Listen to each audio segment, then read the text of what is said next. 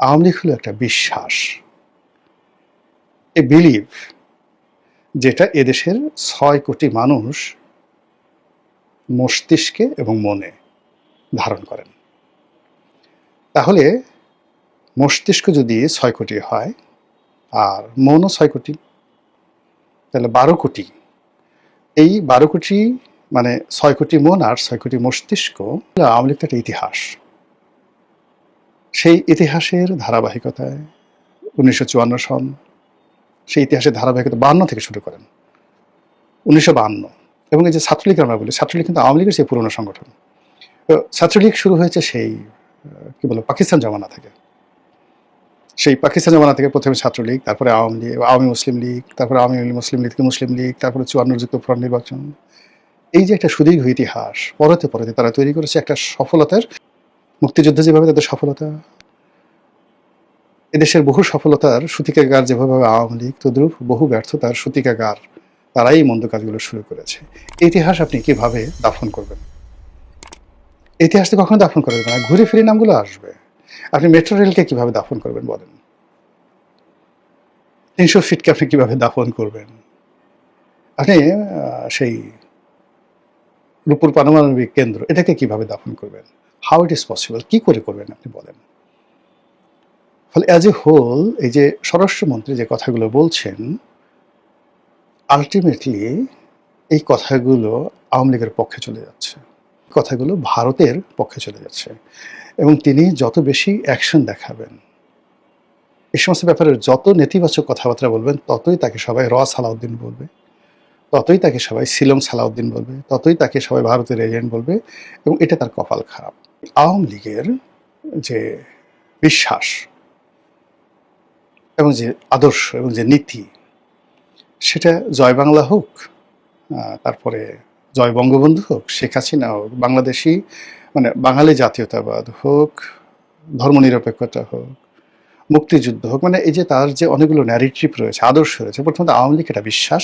আওয়ামী লীগ নাম শুনলে, নৌকার কথা দেখলেই মানুষের মনের মধ্যে একটা নাচন তৈরি হয়ে যায়, মস্তিষ্কের নাচন তৈরি হয়ে যায়। এটা একটা পার্ট। সেকেন্ড হলো এটা মরলো কী করে, this is my question. Second হলো এটা যে আদর্শ, আদর্শের কতগুলো যাকে বলা হয় নাম্বার আছে। বললাম যে এটা যেমন মুক্তিযুদ্ধের আদর্শ, জাতীয়তাবাদের আদর্শ, রাজনৈতিক আদর্শ, তারা গরিব মানুষের রাজনীতি করে, মেহনতি মানুষের রাজনীতি করে, প্রান্তিক জনগোষ্ঠী মানুষ করে। এখন আপনি বাংলাদেশে ধরেন যত রিক্সাওয়ালা আছে, 90% রিক্সাওয়ালা আওয়ামী লীগ করে।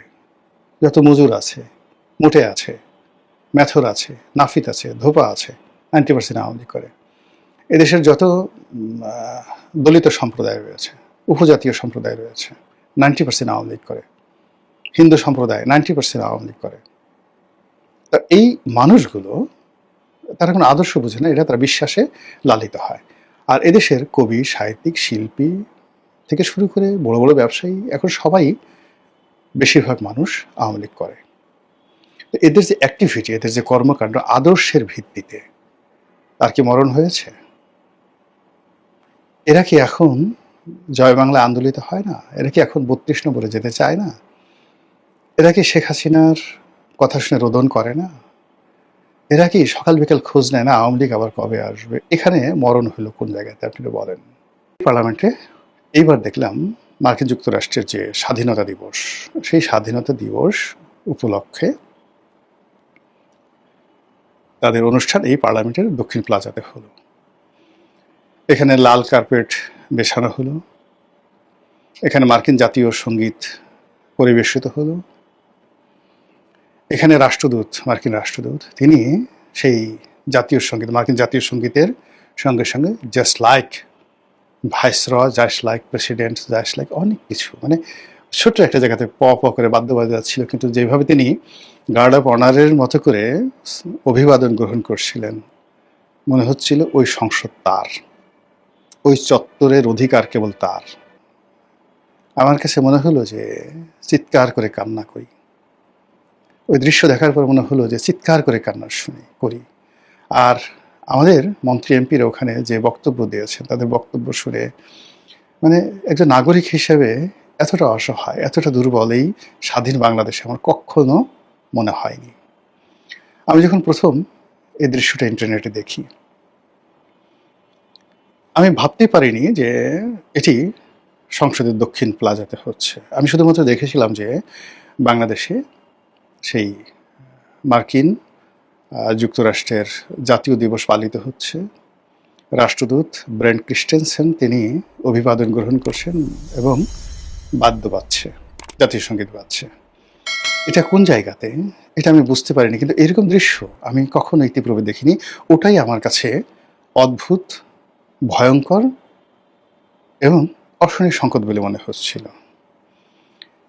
একটু পরে যখন আমি দেখতে পেলাম যে এই ঘটনাটা ঘটেছে আমাদের জাতীয় সংসদে, এবং এই ছবিগুলো যখন এলো, তখন আমার যে অনুভূতি, সে অনুভূতি এরকম একটা দৃশ্য যদি ভারতের রাষ্ট্রদূত এখানে করতেন, অথবা ভারতের যে পার্লামেন্ট হাউস সেখানে মার্কিন যুক্তরাষ্ট্র করতো বা বাংলাদেশ করতো, এরকম ঘটনা অহরহ দেখলে খারাপ লাগতো না। কিন্তু আমি তো এরকম ঘটনা দেখিনি, কল্পনাও করতে পারি না এরকম একটা ঘটনা হবে। আমেরিকার যে ক্যাপিটাল হিল বা ধরুন হোয়াইট হাউসে, সেখানে গিয়ে এইভাবে বাংলাদেশের রাষ্ট্রদূত এরকম অনুষ্ঠান করবেন, আর ওখানকার মন্ত্রী এমপিরা গিয়ে সেখানে বাংলাদেশের পক্ষে কথা বলবে। একবার একটু কল্পনা করেন তো, এই কথা আমেরিকাতে গিয়ে আপনি যদি বলার চেষ্টা করেন কোনো অফিসারকে বা কোনো কাউকে, আপনার 32টা দাঁত চড়াই আপনার দাঁত খুলে ফেলবে, আপনার কান মলে দেবে। আচ্ছা, তোর এত বড় সাহস হলো কি করে?